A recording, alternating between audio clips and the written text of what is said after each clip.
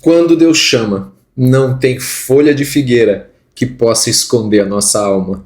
Deus te abençoe nesta sexta-feira, dia 7 de março. É uma alegria estar aqui com você. Deus abençoe a tua casa, a tua família, com toda sorte de bênçãos. Eu quero te convidar a abrir a tua Bíblia lá em Gênesis capítulo 3, verso de número 8. Você sabe que dia sim, dia não, nós vamos alternando e lendo o Novo e o Velho Testamento. E hoje nós estamos em Gênesis capítulo de número 3, enquanto eu acho aqui, verso de número 8. Antes de nós lermos, nós vamos orar. Pai, em nome de Jesus, eu quero te agradecer por esse dia, te dou toda a honra e toda a glória, todo o louvor. Nós te agradecemos, Senhor, por esse privilégio que o Senhor nos concede.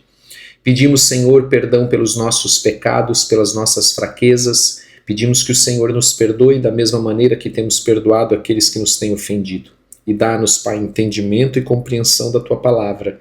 Em nome de Jesus, amém e amém. Glória a Deus. Então nós vamos ler aqui Gênesis capítulo 3, verso de número 8, que diz assim. Acompanhe comigo, por gentileza.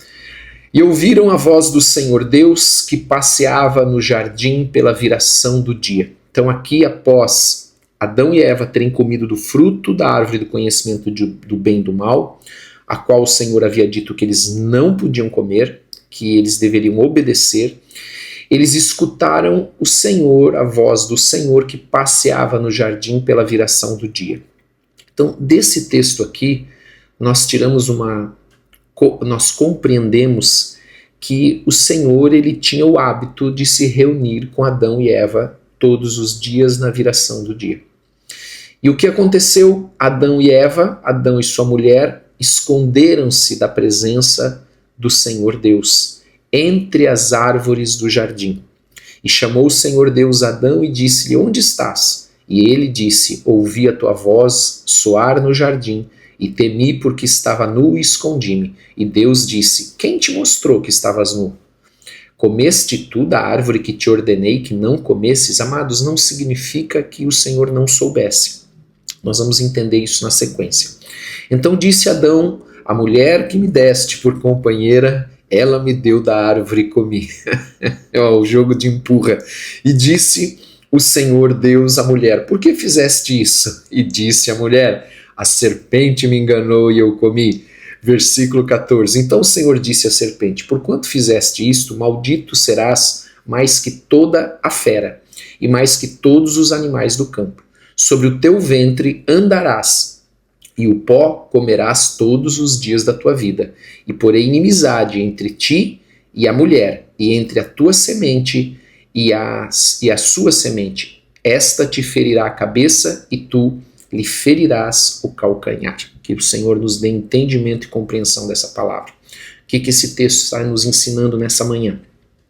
Ele está nos ensinando que quando lemos aqui esta passagem após Adão e Eva terem comido do fruto da árvore do conhecimento do bem e do mal, logo após a queda, Adão e Eva desobedeceram a Deus, e quando eles ouvem a voz do Senhor, eles tentam se esconder entre as árvores. Mas Deus chama: ô Adão, Eva, aonde que vocês estão?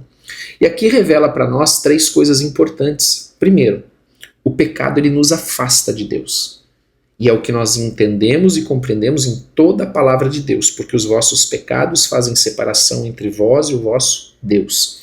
Então, o pecado ele nos afasta de Deus. Adão e Eva fugiram porque eles sentiram vergonha, eles sentiram medo.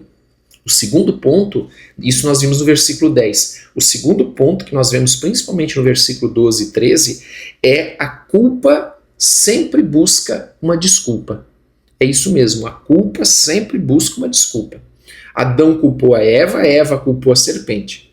E aqui nós entendemos algo da natureza humana, a dificuldade de assumir as responsabilidades. É isso que nós estamos vendo aqui. O Senhor havia dito: não coma.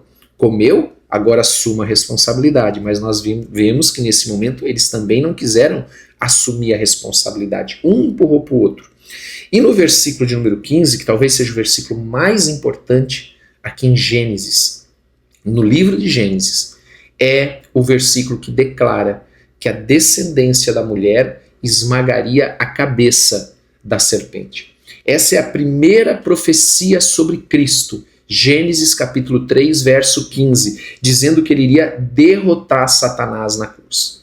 Aqui, amados, nós podemos entender que esse momento que nós acabamos de ler, juntamente com, claro, o momento em que eles comeram o fruto da árvore da vida que nós vimos no dia anterior, é o momento da entrada do pecado no mundo. É quando o pecado entra no mundo, mas aqui nós já vemos que na sequência já havia um plano de Deus para a salvação do homem. Então Deus já havia planejado tudo, Deus já havia cuidado de tudo. Deus já havia feito um projeto já muito antes disso acontecer. Então Gênesis capítulo 15, 3 verso 15, mostra que desde o princípio Deus já tinha um redentor para restaurar tudo que foi perdido. Porque nesse momento, amados, tudo foi perdido. Porque o pecado entrou no mundo. Porque o poder e a autoridade que Deus havia dado para o homem, ele entregou a Satanás, ali que estava naquela serpente. Então, ainda hoje, nós vemos que muitos querem se esconder da presença de Deus, por vergonha, por medo. Mas Deus, ele continua chamando, aonde você está? Ele continua chamando aqueles que estão ainda se escondendo por culpa, por vergonha, por medo. Não tenha medo, não tenha vergonha. Deus está te chamando, ele está dizendo onde estás. Ele não faz essa pergunta porque ele não sabe aonde você está, mas porque ele deseja, e essa é a intenção desse texto, ele deseja que eu e você reconheçamos a nossa condição e voltemos para ele. O chamado de Deus é um chamado aonde o homem está escondido, então ele reconhece a sua condição, ele reconhece o seu estado e ele volta, então toma uma decisão de voltar para o Senhor. Então hoje, a palavra de hoje para nós é parar de fugir, de se esconder, correr para os braços de Deus. Essa é uma mensagem para nós nessa manhã. Porque mesmo depois da queda, Deus ele não desistiu do homem. Você vê que já havia um plano, um propósito, um projeto pronto, um redentor para restaurar tudo aquilo que havia sido perdido. Então também Deus não desistiu de você. Nós conhecemos Gênesis capítulo 3, verso 15, como um termo que se chama proto-evangelho. O que é o proto-evangelho? É um nome que se dá onde Deus fez a primeira promessa de redenção logo após a queda do homem. Quando ele diz, porém inimizade entre você e a mulher, entre a sua descendência e o descendente dela. Este lhe ferirá a cabeça e você lhe ferirá o calcanhar. Então esse versículo ele é considerado a primeira profecia sobre Jesus Cristo, que viria esmagar Satanás e vencer o pecado. Por isso que eu digo que Gênesis capítulo 3, verso 15, é possivelmente o versículo mais importante de todo o livro de Gênesis. Porque ele fala dessa inimizade entre a serpente e a mulher, que representa a luta espiritual entre Satanás e a humanidade. Também fala da descendência da mulher, no singular, não no plural, dizendo que esta descendência é uma referência direta a Cristo, que iria nascer de uma mulher, com a intervenção, aqui sem a intervenção de um homem, no caso, concebido pelo Espírito Santo, e que esse iria esmagar a cabeça da serpente. A vitória final de Jesus sobre o diabo foi cumprido lá na cruz e na ressurreição. Nós podemos ver isso, não vou abrir agora, lá em Colossenses capítulo 2, verso 15. Então, a serpente vai ferir o calcanhar, mas o descendente a cabeça. Então, enquanto que a vitória de Jesus ela é completa, porque ele fere a cabeça, a serpente ela fere o calcanhar. Representa que o sofrimento de Cristo na cruz, ali fala deste sofrimento e representa também que esse sofrimento não foi uma derrota definitiva, porque 3 dias depois ele ressuscitou. Então, esse proto-evangelho que está em Gênesis capítulo 3, verso 15, é a prova que desde o início Deus já tinha um plano de salvação. O pecado não pegou Deus de surpresa. Cristo ele é o Cordeiro que foi morto antes da fundação do mundo. Isso está lá em Apocalipse capítulo 13, verso 8, que nós podemos falar isso sobre em outro momento, que significa que o Cordeiro foi morto antes da fundação do mundo. Então, o pecado ele entrou no Éden, mas a promessa da cruz veio primeiro. Amém? Glória a Deus, a promessa da cruz veio primeiro, e eu quero repetir para você algo que eu disse ainda há pouco, que mesmo depois da queda, com a entrada do pecado, Deus não desistiu do homem, e Ele também não desistiu e não desiste de você. Ele está de braços abertos te esperando, em nome de Jesus. Vamos orar? Pai, em nome de Jesus Cristo, nós queremos te agradecer por esse dia, te damos toda a honra e toda a glória. Pedimos que o Senhor nos abençoe, que nós, nesta manhã, possamos ser cheios da Tua presença, cheio de fome e sede do Senhor. Assim como a corça suspira pelas águas, assim suspira minha alma por Ti, diz o salmista, e nós também suspiramos pela Tua presença.